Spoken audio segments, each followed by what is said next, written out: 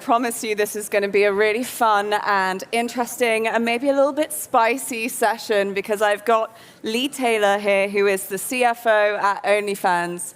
Lee, thank you so much for joining me. Thanks for having me. Really good to be here. And should we start with a little just tester for people in the audience? Yeah, I find it's a good way to start these things. My understanding is that it's a well-known brand, but I think the understanding, slightly is off. So yeah, that's one of the things I want to address today. But the quick test is a quick show of hands from everyone who has heard of OnlyFans.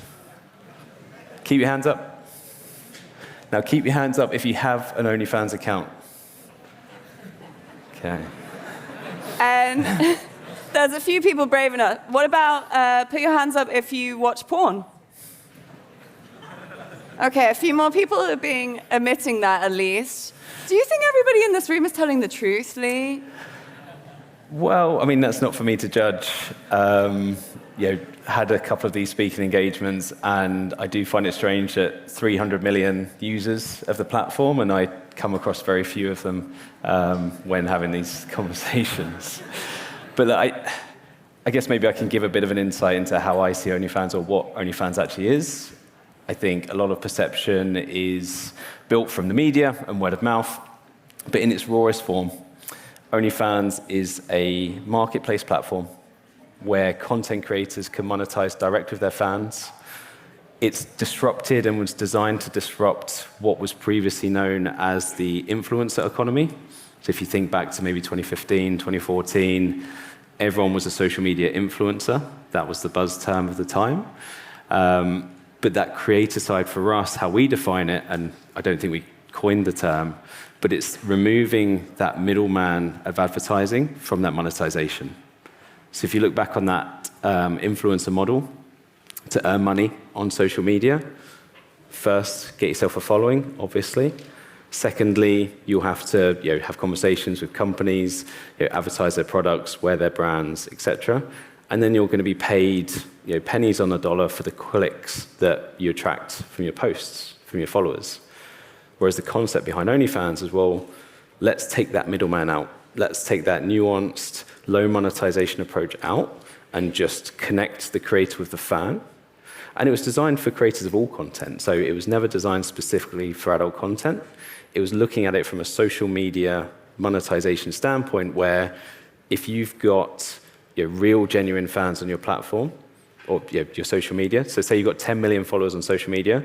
There could be 10,000 true fans or only fans, as the name came from, that would pay on a subscription basis to see some more enhanced content. And that was the concept.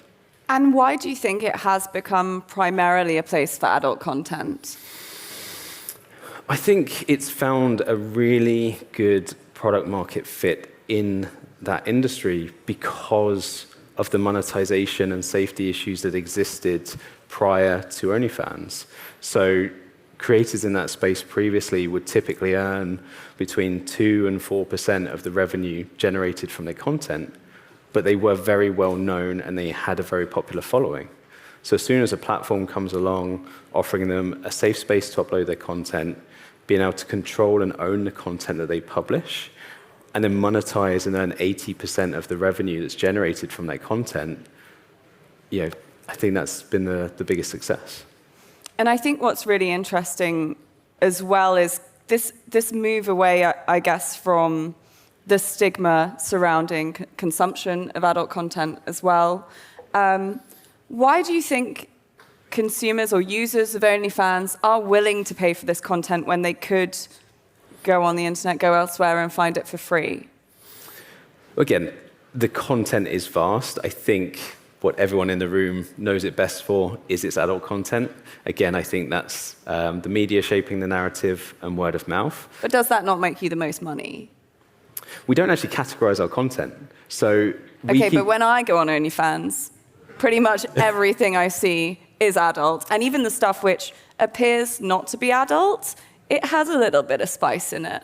Well, that's interesting, and that's what I was going to go on to. So I think the differential of the user experience on OnlyFans compared to something like a social media is you curate your own content journey. So you go onto Instagram and you get nothing but cat videos, and you've never searched for cat videos before, or whatever it is. Everybody's searched for cat videos, come on. Maybe we're just different. I don't know. But it's push content, it's advertised content, it's using data. Whereas, there's a similar sort of issue in like the TV streaming space. So I think everyone here has probably got 3 or 4 different, Netflix, Apple TV, Disney Plus. I know now with kids, I've got that. But you only look at certain bits of content from each one, certain shows. You've got Netflix for this, Apple TV for that. Whereas on OnlyFans, and this will come back to your point, you are curating your own social media experience. So you'll only see on your timeline the creators that you follow. And you can only follow those creators if you know their exact OnlyFans link. So there's no marketplace discovery where you can go, I'd like to see this genre or this type of person, or even search by name. You'd have to know their exact link in order to find them. So, you're obviously seeing. I don't follow anyone, though. You said you found I have, because it's what comes up on the feed. On your OnlyFans feed? Yeah, I don't follow anyone. It's not possible. That's the content I found. Don't want to challenge your questions. That's what I found on there, and Okay. I did try and find some creators. But let me go back to Didn't. You've asked about the monetization. So what we found across many different challenges the business has had in its growth, scaling for growth, is we need to keep things simple. So if I wanted to sit here and bifurcate our revenue by the exact genre of content, then our content moderation procedures to tag or categorize images would be impossible. With the amount of content posted every month, I think we're up to about 46 million pieces of content every month. Our target and our focus is keeping the community safe. So all we want to do is moderate that content to make sure it's legal and not harmful. And this has grown over the years, and to scale for that level of content has been a challenge, but we believe we've done it. We believe we're providing that safest social media platform that can be out there. But we can't go that nth degree and go, okay, but that piece of content I've moderated is in this bucket and that bucket. And also, there's no need to, because we don't believe that adult content should be put in a bucket to one side and segregated.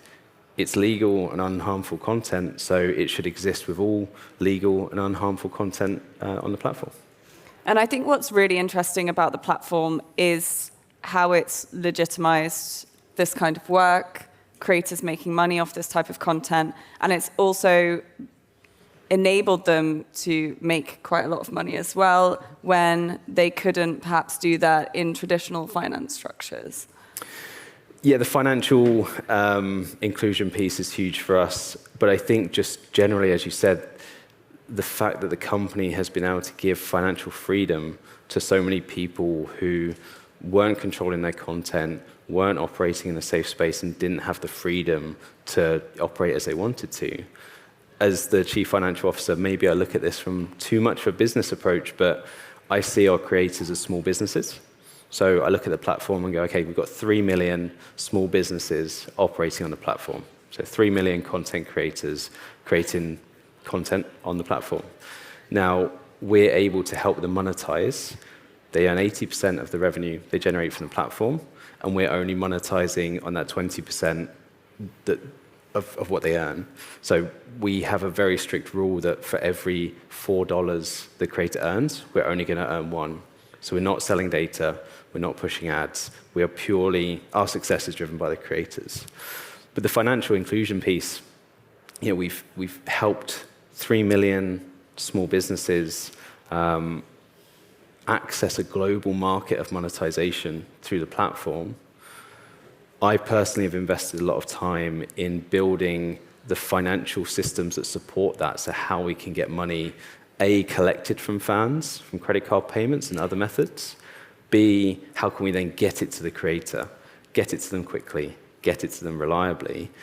But then that final piece, which I think is really relevant in this day and age, is what can the creator do with that money once they've received it? We can only do so much in getting it to their bank account, but they need to be supported by the financial network around them.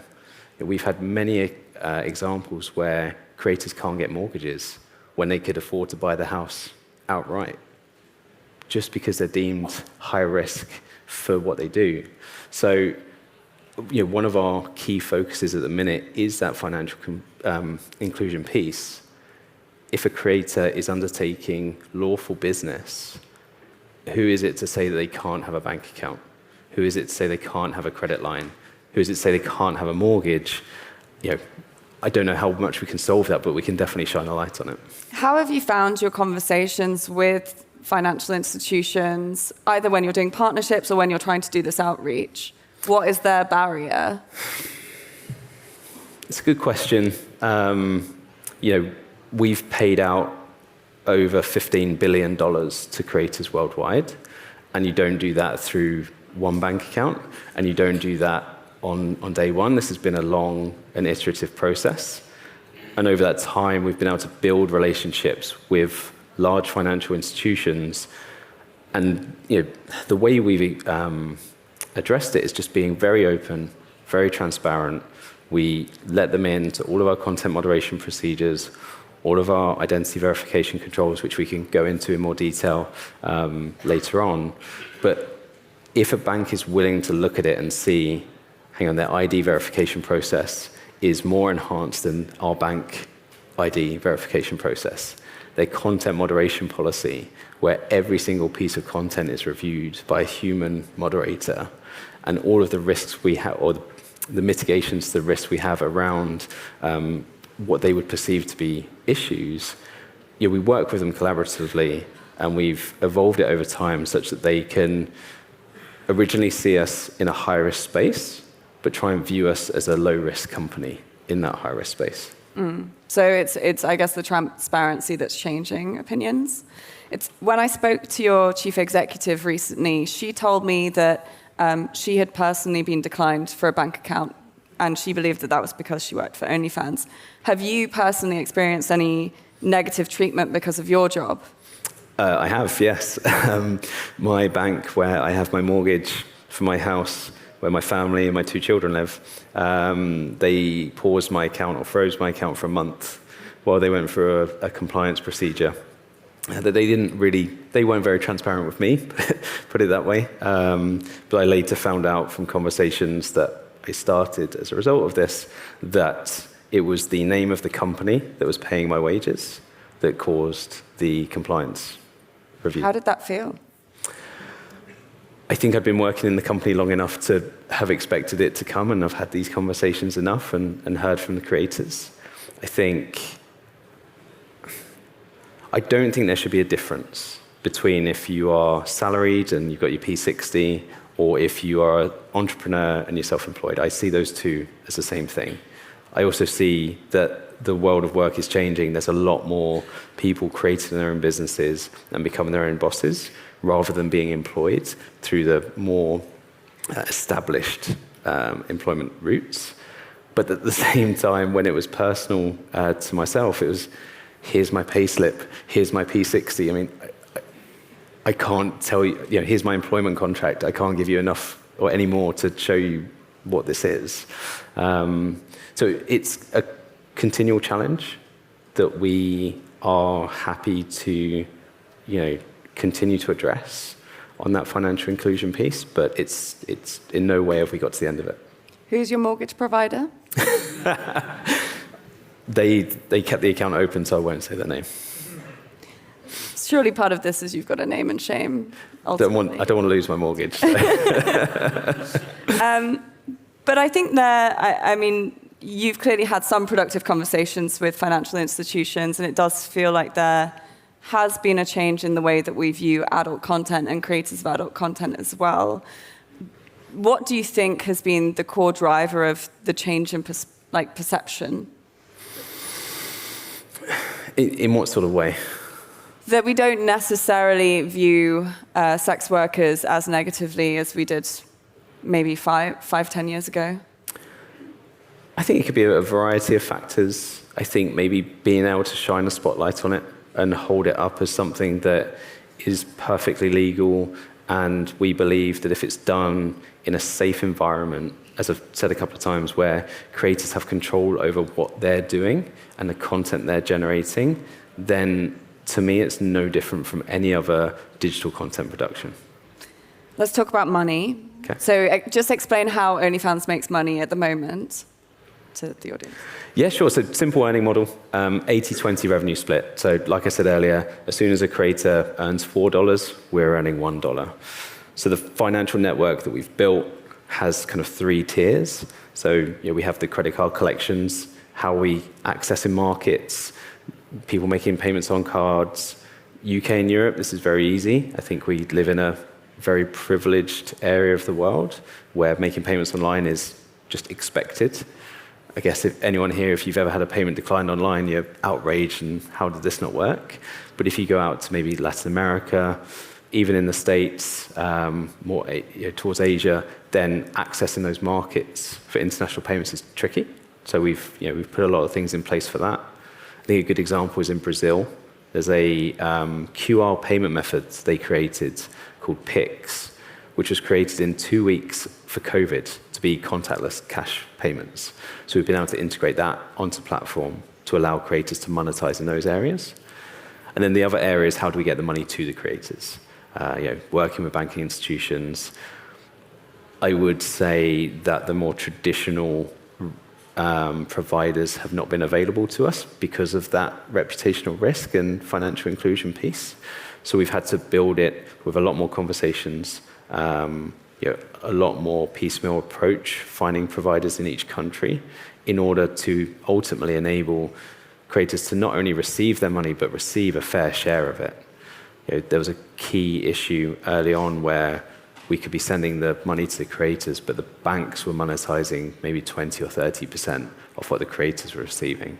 So one of the key things we did early on was address how we could leverage fintech. I don't know if there's any finance or fintech providers in the room, but leverage fintech, leverage FX providers and mass payment solutions to control that and make sure the creator is earning the full amount of their money, and importantly, not monetizing ourselves from it.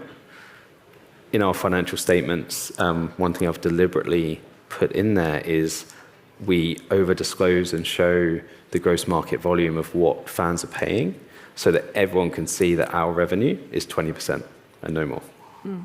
And would you consider other revenue streams, things like advertising? No, for a couple of reasons. One, it's just not the ethos of the business. We are there to support the creators and in their creators' earnings. And as I said at the start, it's disrupting that advertising model that exists before. And it's a successful business model, so we don't need additional monetization. And why do you think more traditional institutions view OnlyFans and its creators as high risk? Like, what does it mean to be high risk? I'd like to get them in the room to find out. As I said earlier... You must have asked them. They can be quite coy, and I think reputational risk is a blanket term that they use.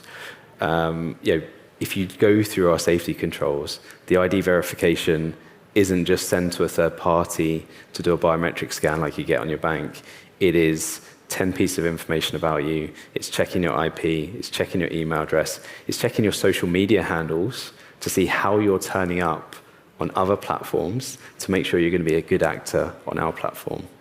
Then in the content moderation, as I said earlier, we harness AI, which is obviously a key topic, and I'm sure it's spoken about a lot in this conference. We use AI to scan for immediate risk and don't let anything that's illegal onto the site. But then it's human moderators that moderate the content, because in our view, humans have the context to apply to any image, and AI just isn't there yet. So with all of these controls, I'm with you. Why do banks have an issue with it? You have to speak to them. Great. Thank you so much, Lee. That was really interesting. Thank you to the audience. You can now get some lunch, and I'm going to show you my feed to show you what I want to see this. Can we come back and show everyone I was alive? Thank you.